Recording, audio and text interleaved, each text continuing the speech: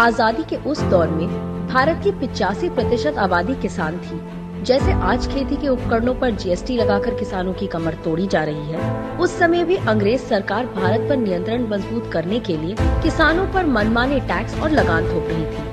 कांग्रेस तब भी अंग्रेजों की राह में सबसे बड़ी बाधा बनकर खड़ी हो गई थी और इस दौर में भी किसानों की जमीन छीनने वाले दमनकारी भूमि अधिग्रहण कानून के रास्ते में कांग्रेस चट्टान की तरह खड़ी हो गई और उसे वापस करवाकर ही दम लिया। ये साल था 1897। राजस्थान से लेकर महाराष्ट्र तक किसान ब्रिटिश सरकार की दमनकारी टैक्स नीतियों के खिलाफ आंदोलित थे और 1897 का कांग्रेस अधिवेशन सी शंकरन नारायण की अध्यक्षता में महाराष्ट्र के अमरावती में ही संपन्न हुआ। कांग्रेस के आह्वान पर किसानों ने पहली बार लगान का सामूहिक बहिष्कार कर दिया। भूमि कर को कम करने और जोतदारों के समय को संशोधित करने के प्रस्ताव के जरिए कांग्रेस ने बाल गंगाधर तिलक जैसे नेताओं के जरिए देश भर के किसानों को एकजुट किया।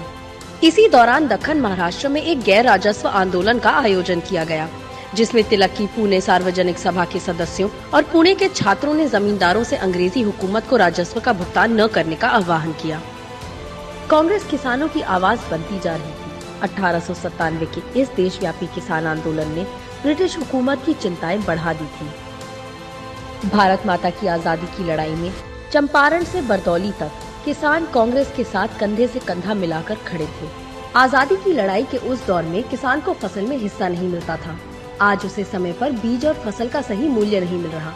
आज भी अंग्रेज हुकूमत की तरह आवाज उठाने पर किसान पर लाठी गोलियों की बौछार की जाती है। टैक्स से लेकर बिचौलियों की मुनाफाखोरी तक आज हालात अंग्रेज राज जैसे ही है।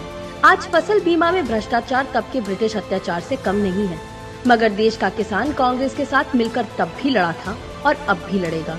किसानों के अधिकारों की लड़ाई में कांग्रेस न तब पीछे हटी, न अब हटेगी। जय हिंद।